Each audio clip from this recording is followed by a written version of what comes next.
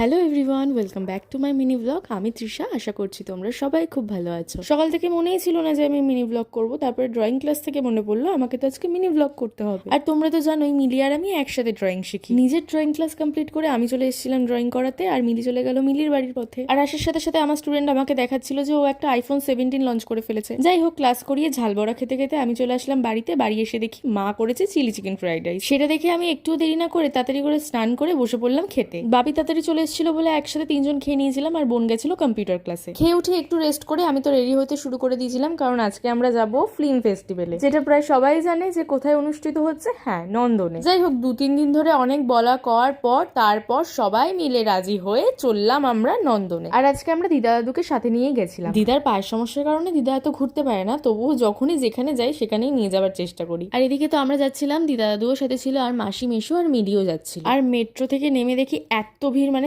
যাওয়ার জায়গা নেই। মানে সবাই মনে হচ্ছে ফিল্ম ফেস্টিভ্যালেই চলে এসেছে। আর এটা ছিল 31তম বর্ষ, কিন্তু এটা আমার ফার্স্ট টাইম ছিল। যারা এখনো ভিজিট করোনি, যাও গিয়ে ভিজিট করো, ভীষণ ভালো লাগবে। 13 তারিখ পর্যন্ত এখনো চলবে প্রোগ্রাম। আর সত্যি কথা বলতে ভীষণ ভালো সাজিয়েছিল, চারিদিকটা একদম জমজমাট ভাবে সাজিয়েছিল। যেহেতু এটা ছিল ফিল্ম ফেস্টিভ্যাল, তাই জন্য অনেক মুখ চেনা মানুষ ঘুরে বেড়াচ্ছিল, যাদেরকে টিভির পর্দায় দেখি। আর এই মানুষটাকে হুবাহু কিভাবে রবীন্দ্রনাথ ঠাকুরের মতন দেখতে লাগে এখনো বুঝতে পারি না। উনি এমন ভাবে নিজেকে রিপ্রেজেন্ট করেছে, সবাই ওনার সাথে এসে ফটো তুলছে, মানে রবীন্দ্রনাথ ঠাকুরের মতনই দেখতে। চারিদিকটা ঘুরতে ঘুরতে অনেক ফটো তুলতে তুলতে চলে এসেছিলাম মাঠে, যেখানে হচ্ছিল প্রোগ্রাম। আর এখানে আমি দাদুকে শেখাচ্ছিলাম কিভাবে ফটো তুলবো আমরা দুজন মিলে একসাথে। তারপরে সবাই মিলে একটু কফি খেয়ে নিলাম, কফিটা ভালোই ছিল। আজকে এই প্রোগ্রামে ছিলেন নচিকেতা, আর সাথে অনেক নামি গুণী ব্যক্তিরা ছিলেন, কিন্তু কারোর নামই আমার জানা নেই। স্টেজে থাকা প্রত্যেকটা মানুষের মুখ চেনা, কিন্তু কারোর নাম জানা নেই। তারপরে মিলিয়ে আর আমি চারিদিকটা ঘুরে দেখছিলাম নন্দনের, আর এত সুন্দর করে সাজানো যে কি বলবো। নন্দন তো সবসময় সুন্দর লাগে, কিন্তু এই দিনগুলোতে আরো বেশি সুন্দর লাগে। তারপরে দিদার চোখ পড়লো যে দিদা যাকে রোজ সিরিয়ালে দেখে তাকে সামনে দেখতে পাচ্ছে, আর গিয়েই তো সঙ্গে সঙ্গে গিয়ে কথা বলেছে আমি রোজ সিরিয়াল দেখি আপনার,